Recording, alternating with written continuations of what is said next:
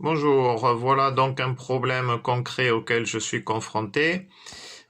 Ici, nous avons le pignon d'une maison. Ici, nous avons des rives là que je souhaiterais imperméabiliser. Alors, j'ai réussi à calculer la hauteur ici, là, voilà, qui fait 5,70 de là à là. Par contre, ce qu'il me faudrait, c'est connaître la longueur ici et ici, puisque c'est ça que je veux couvrir en zinc pour imperméabiliser. Vous voyez, c'est pas Strawberry. Ça, il y a de l'humidité qui se crée. Voilà, pourtant il y a le système anti-goutte, mais ça semble ne pas suffire. Alors voilà ce que ça donne concrètement. Donc, ici j'ai bien un triangle isocèle, puisque là j'ai les deux longueurs identiques là. J'ai pris la hauteur de ce triangle isocèle, là, c'est la hauteur F fait 5,70. De là à là, j'ai mesuré 4,50. Sachant que la rive s'arrête ici, là, elle va pas jusqu'au bout, donc de là à là, j'ai 0,85. Donc je vous rappelle, moi, ce que j'aimerais connaître, c'est la longueur de ça et de ça, pour que je sache combien ça va me coûter d'imperméabiliser tout ça. Voilà. Alors, je peux, première méthode, faire avec GeoGebra. Donc là, j'ai reproduit la façade, le pignon de la maison. Ici, j'ai pris comme point A donc l'origine du repère, 0, 0, comme abscisse, 0 comme ordonnée 0. Le point B, donc, il s'est situé à 5,70. Du coup, il a comme abscisse 0 comme ordonnée 5,70.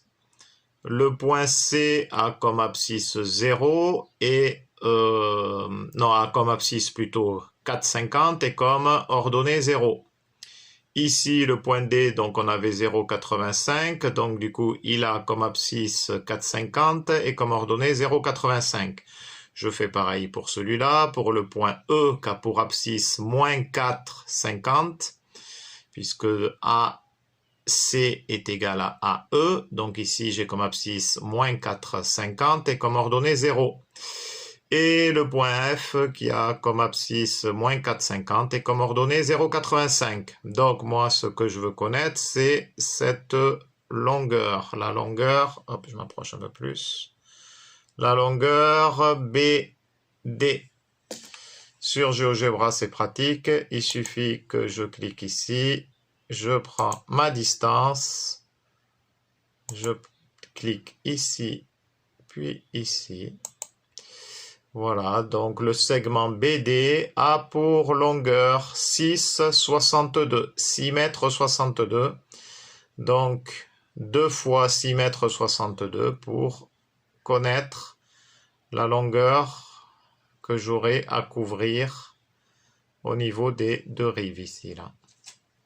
Nous allons maintenant passer à une résolution algébrique.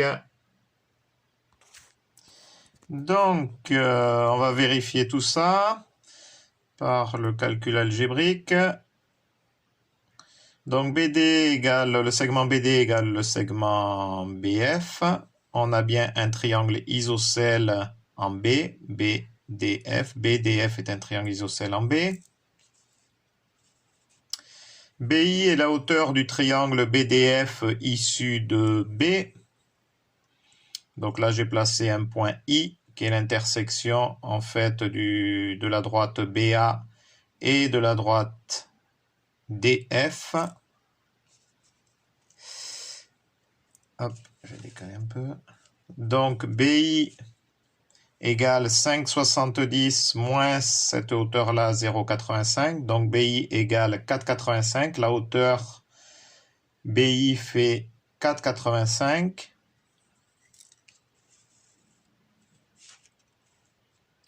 BID, alors je pars de ce côté-là, j'aurais pu prendre le triangle BIF, bon mais je choisis le triangle BID est un triangle rectangle en I, Donc, d'après le théorème de Pythagore, j'ai l'hypoténuse au carré qui est égale à la somme des deux autres côtés chacun au carré. Donc j'ai bien BD au carré égale BI au carré plus IB au carré. Voilà, je remplace par les données que je connais. Et je trouve bien que BD égale racine carrée de 4,85 au carré plus 4,5 au carré, qui me donne 6,62. Donc du coup, ce côté de rive fait bien 6,62. Et donc, conclusion, la longueur des deux rives du pignon à habiller en zinc est de 13,24 m. Donc, de ce côté plus ce côté fait bien 13,24 m. Que m'avait trouvé l'artisan quand il m'a fait le devis? Habillage d'un mur en zinc, combien il m'a trouvé? 13,30 m. Bravo à lui. Voilà, nous on a trouvé 13,24, ben c'est ça, 13,24, 13,30. Hein. Donc voilà, comment on peut arriver à faire ce genre de calcul, parce que c'était pas évident d'arriver à trouver la longueur ici et ici. Voilà un exercice concret qui nous permet, avec l'utilisation du théorème de Pythagore. Voilà, du concret. Et bien, à une autre écope. À die chat.